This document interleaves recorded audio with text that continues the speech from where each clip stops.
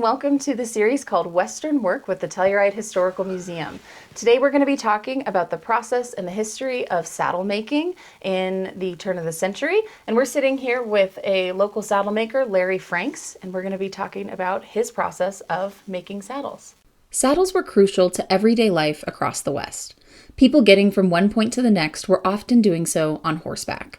Whether it was to get to the mines in places like Savage Basin, to visit family in a neighboring town, or just for a leisurely ride, saddles were going to be used. Most towns in the West had a saddle maker, and Telluride itself had at least 2 recorded makers.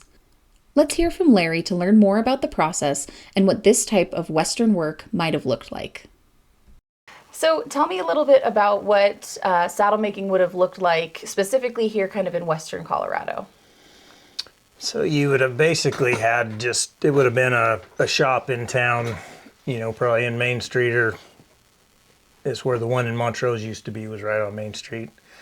And, the guy would employ people and they would build saddles, fix harness, anything leather they would work on. Yeah, and would you say that most people owned a saddle? Probably most people owned a saddle, at least one, depending on who they were. I mean, ranchers and definitely owned saddles, people that had saddle horses. Mm-hmm. Some of the people that didn't ride and just rode in wagons probably didn't own a saddle, but, and even some of the miners may not have owned a saddle because their transportation was, on stagecoaches and stuff to the mines. Most of the animals were owned by the mines. Few mm-hmm. people had their own stuff, but. And how did you specifically get into saddle making? Well, my family has an outfitting business, and my dad and grandpa used to repair all their own equipment.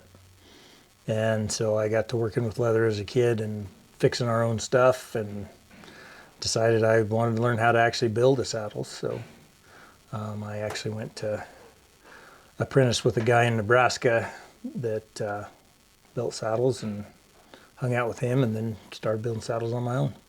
Very neat. Can you walk me through a little bit about the process of building a saddle?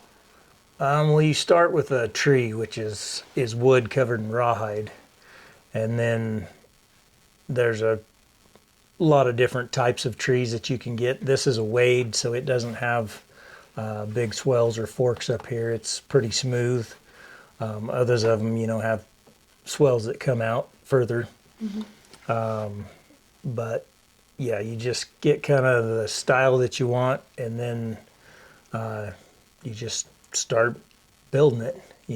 This has a leather ground seat in it, which has probably 4 or 5 layers kind of up here in the front, and then the person that it's built for comes and sits in it before it's finished, and I'll grind it out to fit their backside to where it's really comfortable for them. And then I'll put this top piece on and put it all together. This one's carved, so all this is carved out with a swivel knife and tooled that way. Others of them are stamped with like basket stamps or different geometric designs. And how long would a saddle usually take you to build? So just a plain one will take about 40 hours. When you carve one like this, it probably adds another 20 hours to it. Mm. And when you're building this saddle, are there specific tools that you have to use and different materials? Yeah, there's tools that are made for working leather, but nothing super special. Mm-hmm. Just your typical leather tools. I have a set of tools that you do all this with, which are, kind of the pretty basic tools that you use to put the design on. Mm-hmm. I use a swivel knife or a draw knife to cut the straps and that kind of stuff, which is a gauge knife that cuts straight straps. You use a round knife to cut the leather and skive it. So, like when you put something like this back edge is tapered, so that round knife will taper that edge, so when you sew it and put it together, it's a nice smooth transition in the leather. And would you say that the tools that you use are pretty similar to somebody that was, say, making a saddle at the turn of the century? Very similar. Probably pretty much the same. In fact, some of my tools are from the late 1800s, early 1900s. Wow, that's very interesting. And I notice in your shop you have several different types of saddles. Can you walk me through kind of what people might be looking for and why they might choose one type of saddle over the other? So yeah, a saddle that has bigger swells, some of them kind of have an undercut piece where you can get your legs hooked in there. So if you're riding really trashy broncs, you can actually hook yourself in the saddle. This one, it's kind of designed more for roping and that kind of stuff. They've gotten real popular. That it's a wade tree, and like I say, they've gotten really popular in the last few years. Especially the guys doing the big loop roping where they got a 60-foot rope, and so it's, that a lot of it just comes down to personal preference. You can do about anything in any of these saddles. Yeah. A lot of guys will have this kind of a saddle but put buck and rolls on it that are a little piece that fits here that you can actually hook your leg on. So if your horse tries to buck you off, you got something to hold on to. And would they have had, if somebody was looking to buy a saddle at the turn of the century, would they have had this many options? Or was it usually a typically one type of tree? They had different kinds of trees, but it was basically the same style for the most part. A lot of the saddles from the turn of the century, they have a bigger swells on the front end because their horses, they didn't really start them the way we do. They just kind of climbed in the middle of them and hoped for the best in a lot of cases. Yeah. So,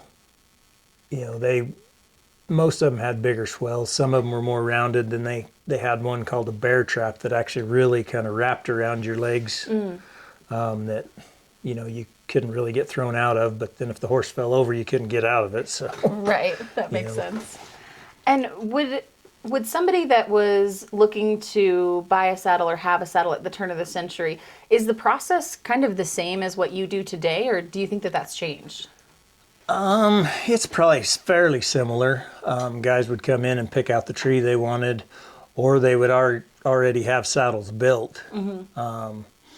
They probably had a lot more stock on hand because, there was such a demand for it that guys didn't want to wait, to have one built. They just wanted to go in and buy a saddle, and it would be sitting there on the shelf, which, there's a lot of commercial companies that you still do that. You walk in and you buy the saddle you want. Around the turn of the century, everything was handmade, so they were probably higher quality saddles than, say, the ones that are commercially built now. They're pretty well stamped out on an assembly line and, put together with a lot of glue and staples, and, Yeah. where a custom-made saddle's more like it would have been back in the early 1900s. It's put together by hand, and, guys take a lot of pride in their work, where, a lot of the saddles now are imported from, a lot of them come out of South America, and the quality's pretty shoddy. How do you ensure that you get quality leather when you're building a saddle? So I order Herman oak leather, which is, it's an American company that tans leather, and you pay extra for it, but it's really high quality leather. And, a lot of the leather that we get is also imported from Argentina. Ships a lot of leather in. And the tanning process, they do it quick and it's cheap, and so the leather's really soft and spongy in most cases, where the Herman oak is really solid. It'll, when you carve it and put a design in it, it actually stays really good. But you pay a lot more for it. Yeah. And you mentioned that you do some saddle repair as well. I can imagine people at the turn of the century would have also needed repairs pretty consistently. What are the typical repairs that you'll do, or what do you see come in more often? Usually it's either a torn rigging or, the stirrup leathers, which is this piece that actually holds the stirrup on, will be torn. Strings are probably the biggest one. They get dried out, they get broke off. So people have me, replace the strings. A lot of them will have me oil and clean it. Okay. What does that process look like? You take Murphy's oil soap and some water if it's real bad, and you scrub it off with a brush, and then I like to use olive oil, and then you put the olive oil back on it so the leather soaks all those fats and stuff from the oil in there, and it keeps the leather supple, and it doesn't get hard and Yeah. start to crack. And if you take care of your saddle, how long would a saddle typically last? It depends on how much you use it. I mean, if you're riding every day, a lot of the guys that cowboy for a living, if they get 3 to 5 years out of a saddle, they're doing pretty good. Yeah. But most of them, the way most people ride anymore, it'll just about last them for life. That makes sense. But yeah, anywhere from 5 to 10 years, pretty easy. And does it matter what conditions you're riding in? If we're thinking about people at the turn of the century in Telluride, that were riding up to the mines, that were riding around town, there's some pretty harsh elements. Does that change the longevity of a saddle, or is it just about how you care for it after? Mostly how you care for it. If you kept it oiled and kept it in pretty good condition, it would last quite a while. Even if it gets rained on, it gets wet. As long as you take care of it, the leather will still last a long time. But if you let them sit and you don't use them, and then they get dusty, and then they just, the leather just dries out over time and gets hard and cracks. All right. Well, thank you so much. It was great talking with you. Yep.